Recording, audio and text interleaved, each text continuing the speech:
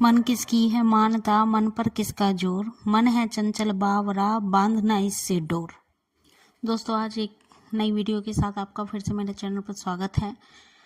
Channel का नाम है वेन्यू सिंह और आज का मेरा जो टॉपिक है वो है मन को कंट्रोल कैसे करें, मन पर नियंत्रण कैसे करें। तो जो यहाँ मैं आपको बताने वाली हूँ वो आध्यात्मिक ज्ञान से जुड़ा हुआ है।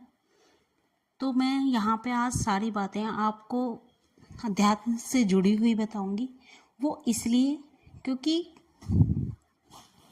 जो स्टेप बाय स्टेप यदि आपने ये फॉलो कर लिया एक बार, जो आज मैं आपको बताऊंगी, आपका जीवन क्या से क्या हो जाएगा आप खुद भी नहीं सोच पाएंगे। कभी आप खुद में इतना बदलाव देखेंगे और इस वीडियो के कमेंट में आके मुझे बताइएगा ज़रूर कि आप में क्या बदलाव आया।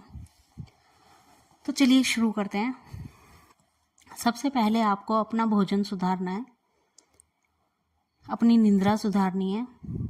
यहाँ नींद सुधारो से मेरा ये मतलब नहीं है कि 5 या 6 जो भी आपको टाइम रखना है, अपना रात्रि का समय होना चाहिए। ब्रह्म मुहूर्त में उठो। यदि आप स्टेप बाय स्टेप अपने मन को कंट्रोल करना चाहते हैं, ब्रह्म मुहूर्त में उठकर अपना भोजन सुधार कर भोजन को सात्विक लेना है। हमारा भोजन सात्विक होना चाहिए, पवित्र होना चाहिए, शुद्ध होना चाहिए और धर्म के द्वारा कमाया हुआ होना चाहिए। तो जो धर्म के द्वारा कमाया हुआ धन होता है उसी से हमारा भोजन पवित्र हो जाता है। दूसरा, आपको अपनी नींद में सुधार करना है। यह नींद में 6 घंटे सोने को होने चाहिए। 10 बजे से लेकर 4 बजे तक आपको निद्रा लेनी है। तत्पश्चात 4 बजे तुरंत ब्रह्म मुहूर्त में आपको उठ जाना है, यदि आपको ठीक चलना है तो। और यदि आपको अपनी दिनचर्या अच्छी करनी है, अच्छी बनानी है, तो आपको ये करना ही होगा। ब्रह्म मुहूर्त में उठने के पश्चात अपने आप को फ्रेश इत्यादि होकर भजन करना है। ये जो 8-9 बजे तक सोते हैं, निद्रा लेते हैं, नींद लेते हैं और सूर्योदय के बाद जगते हैं, वो कहाँ स्टेप बाय स्टेप भजन कर पाएंगे। इनका तो मान लीजिए कि जीवन ही व्यर्थ है। याद रखिए कि जो सैया पर सो रहा है, जो अपने बिस्तर पर सो रहा है, वो अपना जीवन ही नहीं, अपना कीर्ति, आयु, बुद्धि सब नष्ट कर रहा है। क्योंकि सूर्य उदय के बाद तक सोने वाला व्यक्ति अपना समय ही नहीं, केवल वह अपने जीवन को भी नष्टता की ओर ले जाता है। मैं यहाँ पर आपको एक बात कहूँगी दोस्तों कि जिसका भोजन ठीक, जिसका शयन ठीक, निद्रा ठीक, वह व्यक्ति जीवन में कुछ कर सकता है। और सबसे महत्वपूर्ण बात कि हमारी जुबान, वाणी अच्छी होनी चाहिए। कोई आपको कुछ भी बोल रहा हो, आपको बोलने देना है, आपको वहाँ चुप रहना है और भगवान का अंदर ही अंदर जप करते रहिए। आपको कितना भी गुस्सा आ रहा हो, कितना भी आपको चिड़चिड़ापन आ रहा हो, फ्रस्ट्रेशन हो रही हो सामने वाले से, लेकिन आपको वहाँ पे चुप रहना है, बोलना नहीं है। यदि आपको वहाँ बोलना भी पड़ता है तो आपके शब्द उचित होने चाहिए। इसीलिए वहाँ सोच समझकर बोलिए, अपनी वाणी का सोच समझकर प्रयोग कीजिए। अपनी वाणी को संयम में रखते हुए हमें व्यर्थ नहीं बोलना, बहुत कम बोलना है। मेरे कहने का मतलब यहाँ पर ये है कि बहुत कम शब्दों में, उचित शब्दों में आपको सामने वाले को समझना है, समझाना है, बोलना है, बताना है। अब आता है हमारा सुनना। हमें किसी की निंदा नहीं करनी है, किसी की निंदा सुननी भी नहीं है, ना बोलनी है। हमें क्या करना है, किसी की निंदा करके हमें क्या मिलेगा। किसी के बारे में गलत बोलकर, किसी के बारे में गलत सुनकर हमारा दिमाग ही खराब करना है। इससे अच्छा है कि आप भजन सुने, भगवान की कहानी सुने, लीलाएं सुने, भगवान की बातें सुने, अपने प्रियजन की, संत की, जो भी आपको पसंद हो, जो संत आपको पसंद हो, आप उनकी वाणी को सुने, आप उनकी वाणी के प्रवचन को सुने। ऐसा करने से हमारी सारी इंद्रियां पवित्र हो जाती हैं, हमारी सारी इंद्रियां ठीक हो जाएंगी। तब आपका मन भक्ति में लगने लगेगा इतना करने के बाद। वैसे तो सभी जानते होंगे आप, लेकिन फिर भी जो लोग नहीं भी जानते हैं तो उनको मैं बताऊंगी, वो भी ध्यान से सुने, जो जानते हैं वो भी और जो नहीं जानते वो भी, कि हमारे समस्त शास्त्रों में वर्णन है कि नवदा भक्ति से कोई और श्रेष्ठ साधना है ही नहीं। हम जो नवदा भक्ति है हमारे मन को इतना पवित्र और शुद्ध बनाती है कि वो हमारे मन को अपने आप ही कंट्रोल में ले आएगी, नियंत्रण में ले आएगी। तो यहाँ पे मैं आपको 9 प्रकार की नवदा भक्ति है उसके बारे में मैं आपको बताऊंगी, तो ध्यान से सुनिएगा। श्रवणम, ईश्वर को सुनना। कीर्तनम, ईश्वर के गुणों का गान करना या सुनना। स्मरणम, ईश्वर का चिंतन करना।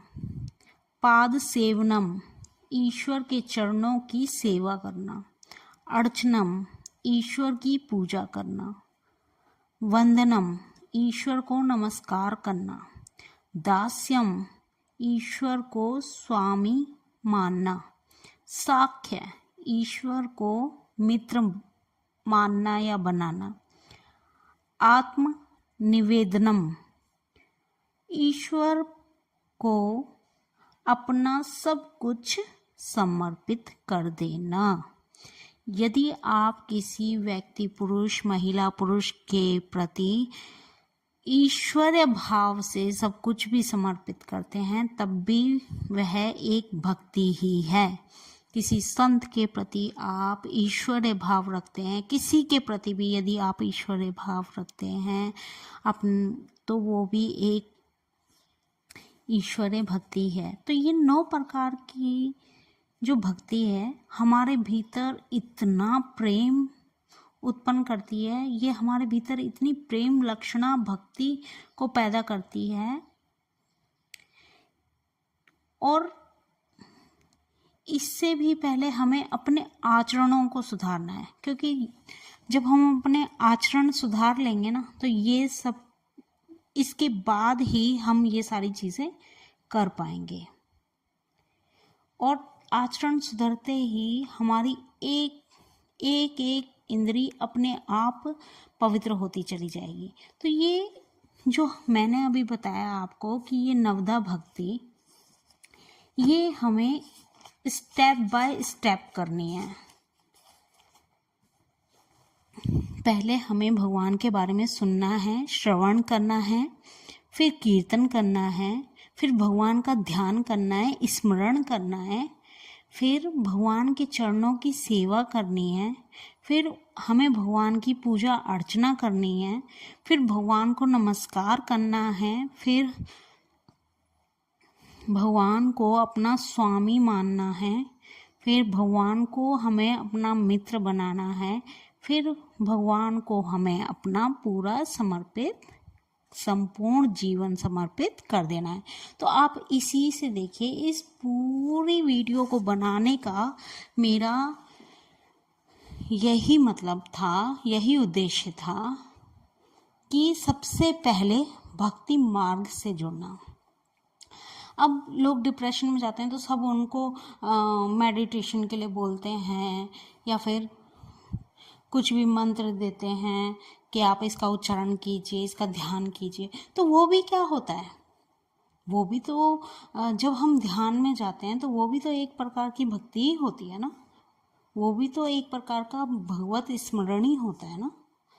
तो यहाँ मैं सीधा सीधा आपको ये बोल रही हूँ कि यदि आपका मन बहुत इधर उधर भाग रहा है, बहुत विचलित हो रहा है, अपने मार्ग से आप भटक रहे हैं, तो मेरी इस वीडियो के माध्यम से एक बार यदि आपने सुबह उठकर ये सब कर लिया और अपना सुनना, खाना पीना, देखना, ये सारी जो इंद्रियां हैं हमारी, इनको ठीक कर लिया, किसी का गलत नहीं देखना, किसी को गलत नहीं बोलना, किसी का गलत नहीं सुनना, किसी के बारे में ईर्ष्या नहीं रखनी, किसी से भेदभाव नहीं रखना, यदि आपने इन सब काम कर लिए, इन सब पर काम कर लिया, तो आपको जीवन में कभी भी किसी भी परेशानी का सामना करना ही नहीं पड़ेगा।